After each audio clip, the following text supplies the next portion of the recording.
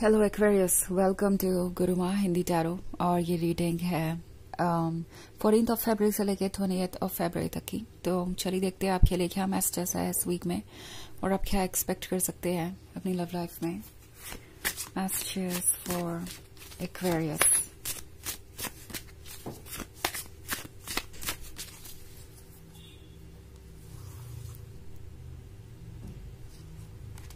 Judgment, Prince of Knives, Justice, the Emperor, and Lord of Grails. Okay. So हमारे पास है justice है तो ऐसा लगता है कि कोई बहुत ज़्यादा सोच रहा है अपने एक्शंस के बारे में, सोच रहा है कि क्या जो कुछ भी इन्होंने किया वो ठीक था। क्योंकि लॉर्ड ऑफ ग्रेल्स का कार्ड देख रही हूँ मैं, तो लगता है कि ये कोई नई शुरुआत चाहते हैं। मे बी आप दोनों के बीच कुछ डिफरेंसेस आ गए हैं, कुछ लोगों का ब्रेकअप हुआ हो सकता है, आप पूरी तरीके से सेपरेशन में हो सकते हैं। कुछ लोगों के लिए बस ये किसी तरीके के इशू के बारे में है, एक ऐसा इशू जो कभी कभी आप दोनों के बीच उठता है और फिर आप दोनों एक दूसरे से दूर हो जाते हैं या प्रॉब्लम्स आती हैं, आपके बीच में उतना कम्युनिकेशन नहीं हो रहा। मे बी ये कोई ऐसी चीज है जो आप चाहते हैं कि वो बदले। मतलब ये इशू पहले भी कई बार उठ चुका है, हो सकता है इन्होंने बार बार वही मिस्टेक रिपीट की हो या आपको कमिटमेंट देकर पूरा ना किया हो एंड उसकी वजह से एक बार फिर आप दोनों के बीच बहुत दूरी आ गई है। ये पर्सन नोटिस कर रहा है कि आप अपसेट हैं, आप खुश नहीं हैं उनके इस बिहेवियर से। ऑल्सो ये पर्सन ये रियलाइज कर रहा है कि जो भी हुआ उसके लिए वही रिस्पॉन्सिबल है, क्योंकि द एम्परर का कार्ड है। ये पर्सन काफी डोमिनेटिंग हो सकता है, उन्हें अक्सर चीजें अपने अकॉर्डिंग की चाहिए होती है, उन्हें अपने ओपिनियन ही दूसरों से बेहतर लगते हैं और वो यही चाहते हैं अपने पार्टनर से कि उनका पार्टनर चाहे उनके जो भी ओपिनियंस हो उन्हें ट्रस्ट करे और उन्हें ही फॉलो करे। और वो ये रियलाइज कर रहे हैं कि उनके इस बिहेवियर ने इस रिलेशनशिप को कितना टफ बना दिया है, कितना ज्यादा मुश्किल बना दिया है। ओके, द एम्परर है तो इस पर्सन को लगता है कि उन्हें अपने अंदर कुछ चेंजेस लाने की जरूरत है। उन्हें रियलाइज हो रहा है कि ये उनका ईगो है जो उन्हें इतना ज्यादा स्ट्रिक्ट बनाता है या इतना ज्यादा जजमेंटल बनाता है। क्योंकि जजमेंट का कार्य तो हो सकता है इस पर्सन ने आपको जज किया हो किसी चीज को लेकर, लाइक आप उतने अच्छे लवर नहीं है जितने की दूसरे हैं, मे बी आप उतने एफर्ट नहीं कर रहे जितने की दूसरे करते हैं, या किसी तरीके से आप दूसरों के लवर से कम है।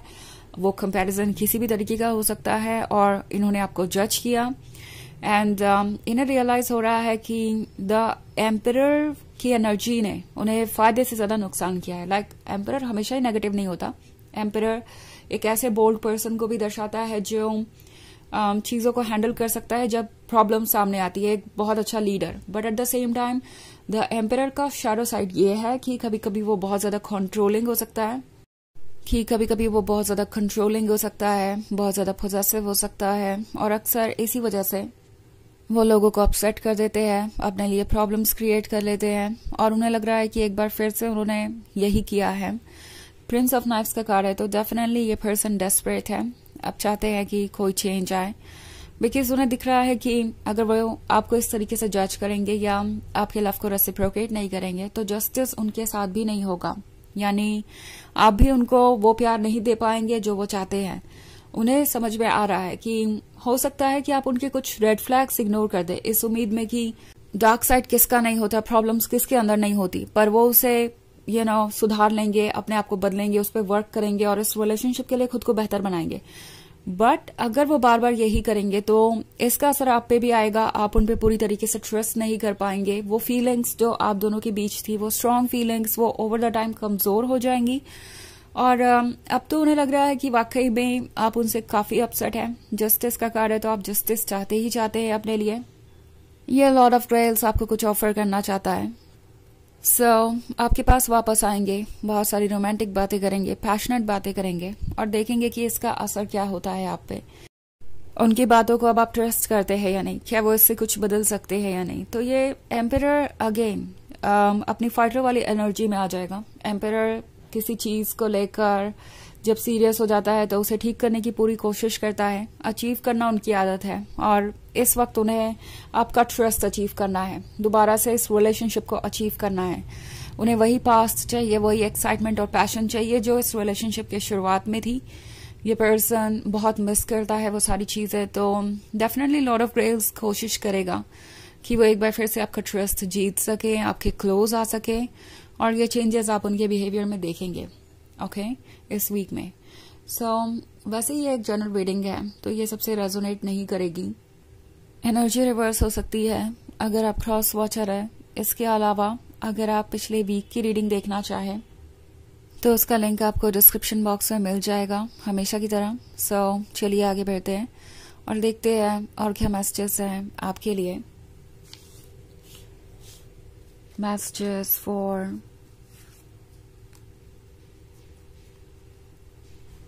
Aquarius, 5 of Skulls, Ace of Skulls, 7 of Grails, 9 of Scepters, and Daughter of Grails.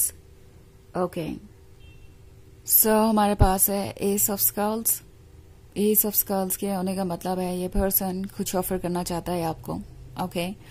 लगता है जैसे कि इन्हें पता है कि आपका वर्थ क्या है, मतलब हमेशा से ही पता था, बट बीच में वो इसलिए भूल गए थे क्योंकि उन्हें लगने लगा था कि आप उन्हें इतना प्यार करते हैं कि हर सिचुएशन को टॉलरेट करेंगे। अब अगर आप 5 ऑफ स्कल्स वाला कार्ड देखें तो ये बहुत कुछ कह रहा है। हो सकता है आपको इस रिलेशनशिप में एक ऑप्शन की तरह ट्रीट किया गया हो, आप एक थर्ड पार्टी वाली सिचुएशन में भी रहे हो सकते हैं, या इनका जो भी बिहेवियर था आप उसे टॉलरेट कर रहे थे और उन्हें लग रहा था कि भले ही वो अपने इस डार्क साइड पे वर्क ना करें, शैडो साइड पे वर्क ना करें, तो भी आप इस रिलेशनशिप को कंटिन्यू करेंगे। और अब उन्हें नजर आ रहा है कि ऐसा नहीं है, आप अपने आप को फ्री कर सकते हैं। इनफैक्ट उन्हें आपको अप्रिशिएट करना चाहिए क्योंकि ये सब स्कल्स का कार्ड कुछ ऑफर करने जैसा है। तो यूनिवर्स ने उन्हें काफी इंतजार के बाद आपसे मिलवाया ओके और आपके मिलने के बाद उन्हें ये 9 ऑफ सेप्टर्स फील हुआ। ऐसा फील हुआ जैसे आप दोनों एक दूसरे के लिए ही बने हैं, एक दूसरे को कंप्लीट करते हैं। और ये पर्सन इस लव में पूरी तरीके से खो गया था, but at the same time ये भूल गए कि उन्हें हमेशा इस बात को याद रखना है। डॉटर ऑफ ग्रेल्स अब उन्हें दोबारा नजर आने लगी है आपके अंदर की वो मिस्टीरियस ब्यूटी जो उन्हें अपनी तरफ अट्रैक्ट करती है, जिसके जैसा कोई और नहीं है। आपके अंदर का सडक्शन, आपकी बातें, आपका रोमांस करने का तरीका, वो सब कुछ इनके लिए सबसे अच्छा है और आपके आसपास कोई नहीं आ सकता। ये बात उन्हें अब रियलाइज हो रही है। एंड हमारे पास है 7 ऑफ ग्रेल्स। तो लगता है जैसे इस पर्सन ने कोशिश की है चीजों को लेट गो करने की। उन्होंने कोशिश की है कि वो आपको भूल जाए और उन्हें पास्ट में ना जाना पड़े, बट लगता है कि कुछ भी असर नहीं कर रहा। चाहे जितनी भी कोशिश करें सब कुछ बेकार है क्योंकि वो अभी भी आपको मिस कर रहे हैं। तो बहुत ही वियर्ड सी सिचुएशन है इनके लिए और इन्हें लगता है कि इन्हें कोई ना कोई तरीका तो निकालना पड़ेगा, बिकॉज आपसे दूर रहने की जो पॉसिबिलिटी थी वो ऑलरेडी खत्म हो चुकी है। उन्होंने कोशिश करके देख लिया है।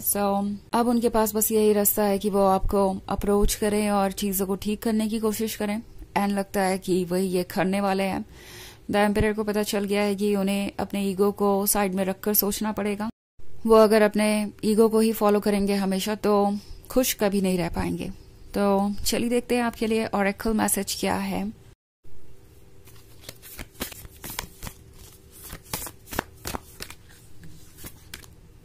Pillar of light, your vibration is rising, you are the oracle.